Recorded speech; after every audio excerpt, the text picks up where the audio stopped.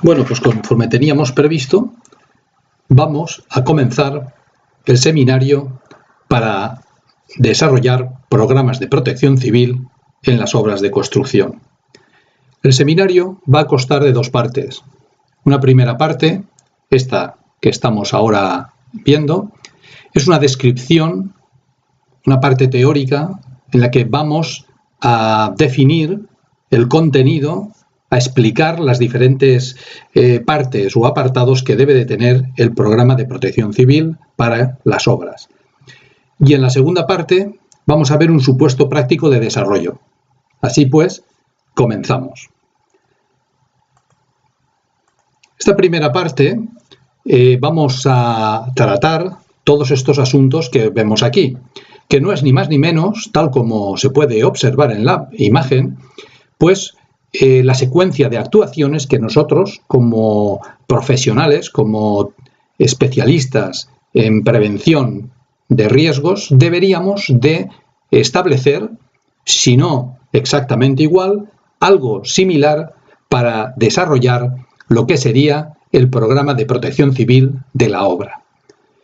Así pues, ahora, desde la recopilación de datos, etcétera, hasta los últimos tres pasos, que son los subprogramas de primeros auxilios, de auxilio y de restablecimiento, pues vamos a ver brevemente, aproximadamente en un cuarto de hora, los diferentes apartados para luego, como hemos comentado, desarrollar lo que sería en sí la parte práctica, es decir, el supuesto práctico de desarrollo de un programa de protección civil para una hipotética obra. El primero de los apartados que debe de contener sería los antecedentes, es decir, en este apartado lo que vamos nosotros a intentar es recopilar todos aquellos datos de la obra, objeto de este programa, de tal manera que nos permita ser conocedores en su totalidad de la misma. Es decir, recopilar los datos generales del inmueble, datos generales de la obra, en especial el Comité de Protección Civil y otros aspectos relacionados con la protección civil, las responsabilidades, etcétera.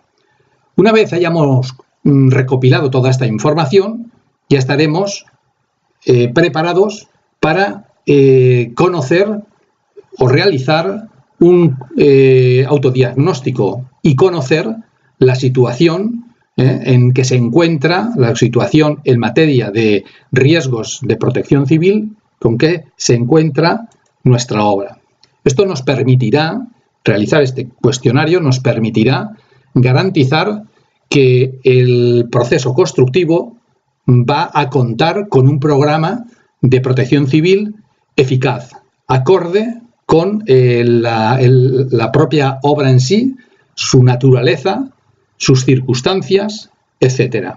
Por lo tanto, este cuestionario de autodiagnóstico es importante desde el punto de vista preventivo para plantearnos a partir del mismo en nuestro camino a desarrollar en la obra.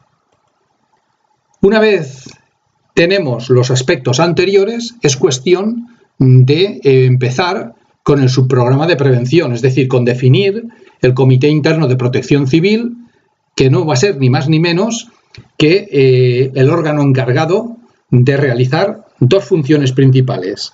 En primer lugar, ¿de acuerdo?, responsabilidades, o mejor dicho, responsables y responsabilidades.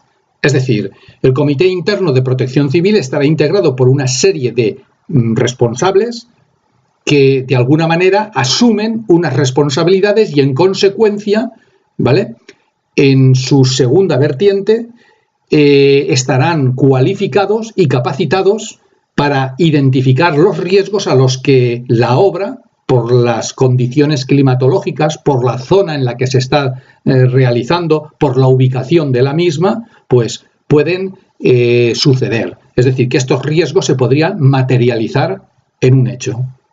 Así pues, una vez conocemos los riesgos, vamos a ver mediante un estudio lo más detallado posible las vulnerabilidades que presenta en sí nuestro proceso constructivo. Para ello, deberemos de conocer el entorno, es decir, en primer lugar, saber dónde está la obra y conocer su entorno. ¿Por qué? Porque el entorno de la obra puede influir en la prevención de riesgos de la misma. Es decir, podemos estar en una zona que puede ser inundable, podemos estar en una zona que pueden haber desprendimientos o deslizamiento de laderas, etc. Todo esto habrá que conocerlo. Por lo tanto, habrá que tener clara la localización y un análisis del entorno. A partir de aquí, y conociendo los riesgos que pueden afectar, pues habrá que evaluar esos riesgos. De tal manera de que como resultado o como consecuencia de la evaluación nos permita establecer una reducción de esta vulnerabilidad, establecer, si es preciso, unas zonas de riesgo, identificar unas zonas de seguridad y establecer debidamente planos de rutas y evacuación desde puntos de la obra a zonas seguras. Continuamos y tendremos que conocer a las brigadas. ¿Quiénes son los miembros integrantes de las brigadas y qué formación o qué capacitación van a tener? Así pues, estableceremos los colores, las funciones que deberán de realizar, las funciones específicas para cada una de las brigadas, estableciendo con carácter casi podríamos decir que obligatorio al menos estas brigadas, que son la de prevención y combate de incendios, la de primeros auxilios, la de evacuación y la de comunicación. Si por las características de la obra, por la peculiaridad de la obra se necesita la formación de alguna otra brigada, pues así lo haremos. Y si no, establecer claramente la capacitación profesional que deberán de tener todas las brigadas y, en especial, la dotación de materiales y equipos que deberá igualmente de disponer. Cuando ya hayamos hecho eso, pues cuando ya tengamos claras las brigadas, los equipos, etcétera, habrá que establecer una bitácora de la capacitación, empezando precisamente por los equipos directivos, que serían los responsables directos de todas las actuaciones en obra, de los riesgos de la obra y de los accidentes o siniestros que se puedan causar en las obras como consecuencia de actuaciones ajenas, actuaciones climatológicas o como consecuencia de los riesgos. Por lo tanto, lo que habrá que hacer es establecer un programa de concientización a todos los mandos directivos y responsables, en especial a los de las brigadas y, por supuesto, a todo el personal que presta sus servicios en la obra. Bien, continuamos y ahora, una vez establecidos todos los apartados anteriores, vamos a centrarnos, ya sabemos los riesgos que hay, las vulnerabilidades, ya tenemos las brigadas y equipos y entonces ahora vamos a centrarnos en la seguridad de la obra. Es decir, vamos a centrarnos en el manual de requisitos de seguridad, higiene y ecología. Al evaluar los riesgos, nosotros estableceremos una prioridad de actuación. Esa prioridad de actuación irá directamente ligada al índice de riesgo, porque será el índice de riesgo el que nos marcará las pautas que tengamos que hacer. A mayor índice de riesgo, mayor capacitación tendremos que hacer frente al riesgo a los trabajadores, mayor capacitación a las brigadas y, lógicamente, deberán de ser estudiados de manera prioritaria en este manual.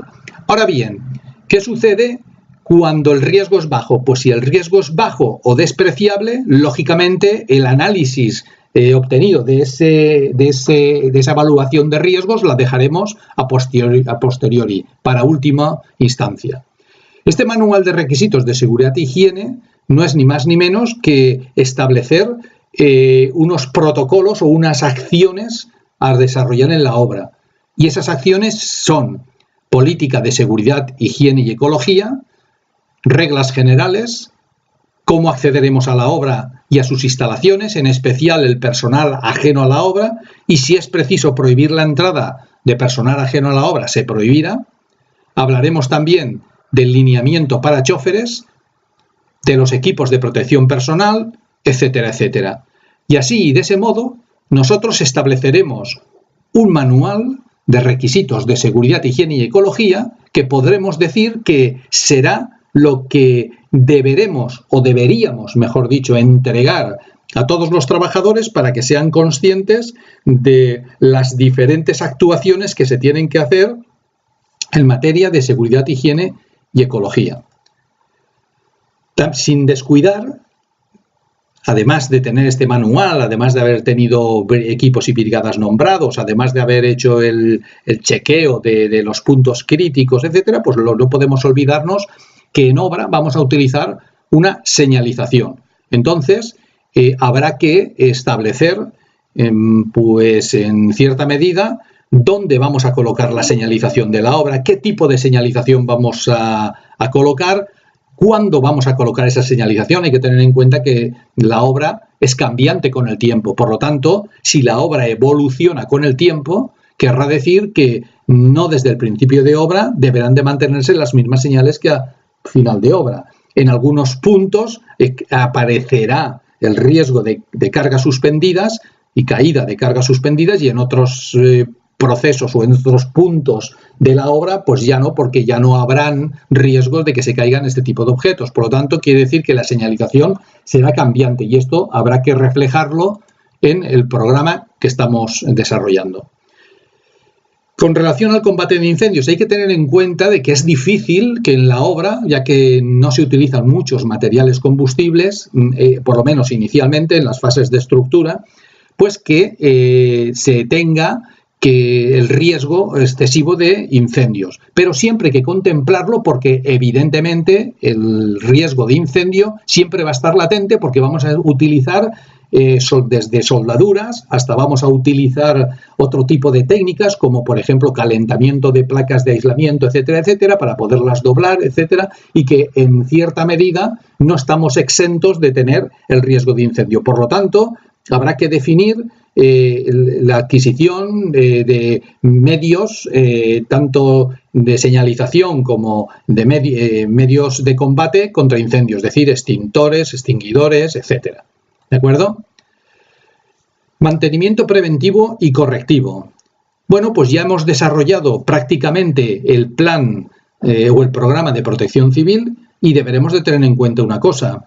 Deberemos de tener en cuenta que habrá que establecer un mantenimiento preventivo y correctivo con relación a ¿qué? A todos los aspectos. Es decir, si desarrollamos el programa de protección civil para la obra y la obra va a durarnos, por ejemplo, 3 o 4 años, evidentemente habrá un desfase entre lo inicialmente establecido con lo realmente que suceda dentro de 2 años.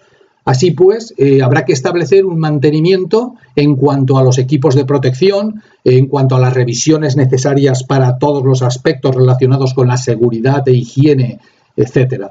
Y esto es un aspecto que no deberemos de descuidar porque es garantía de alcanzar el éxito previsto, es decir, siniestralidad cero. Lógicamente, sobre todo en obras largas, en obras cortas no hará falta, pero en obras de larga duración, de 2, 3 años, habrá que realizar simulacros. ¿Simulacros de qué? Pues de evacuación de la obra, simulacros para que las brigadas se entrenen y den una respuesta apropiada, etcétera. Así tendremos que planificar este cronograma, estos procedimientos de los simulacros y la evaluación posterior de los mismos. Y esta planificación, estos cronogramas, pues habrá que tenerlos igualmente establecidos y reflejados en el programa que estemos desarrollando, que nos permitirá, junto con el mantenimiento, garantizar la eficacia del programa a lo largo del proceso constructivo. Y luego ya nos quedan el desarrollo de los 3 subprogramas. El primero de ellos, que sería el subprograma de primeros auxilios, en el que estableceremos el equipamiento y todo el manual de primeros auxilios. El segundo subprograma, que será el de auxilio, en el que estableceremos los procedimientos de salvamento en obra y los procedimientos específicos. Por ejemplo, cuando uno se caiga con un arnés de seguridad colgado entre 2 plantas o entre 2 pisos, etcétera, a ver qué podemos hacer ahí para proceder a su salvamento. Y por último, el subprograma de restablecimiento. A veces el programa de restablecimiento es algo que se convierte en una cosa sencilla. ¿Por qué? Porque los riesgos no son excesivamente notorios y entonces pues restablecer el normal funcionamiento será sencillo. Pero en otras ocasiones, cuando ha venido por ejemplo un sismo o ha habido por ejemplo pues un incendio importante en el proceso constructivo, pues la cosa se va a complicar y habrá que establecer una evaluación de daños y establecer el protocolo para el reinicio de actividades.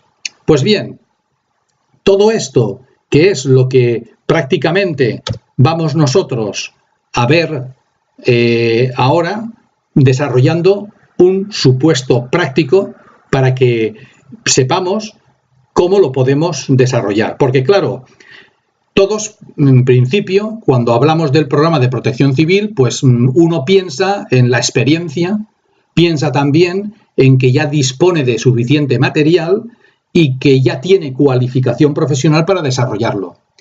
Y eso es cierto y es así, pero vamos nosotros a ir un paso más allá. Es decir, vamos a intentar, en la medida de lo posible, el que el usuario pueda dedicarle más tiempo a actuaciones preventivas en materia de protección civil y dejarle menos tiempo a tareas administrativas. Tareas administrativas como es el propio desarrollo en sí del programa de protección civil para la obra. Así, les voy a dar paso ahora al fondo de mi escritorio y verán la propuesta que nosotros hacemos para desarrollo del programa de protección civil de la obra de construcción.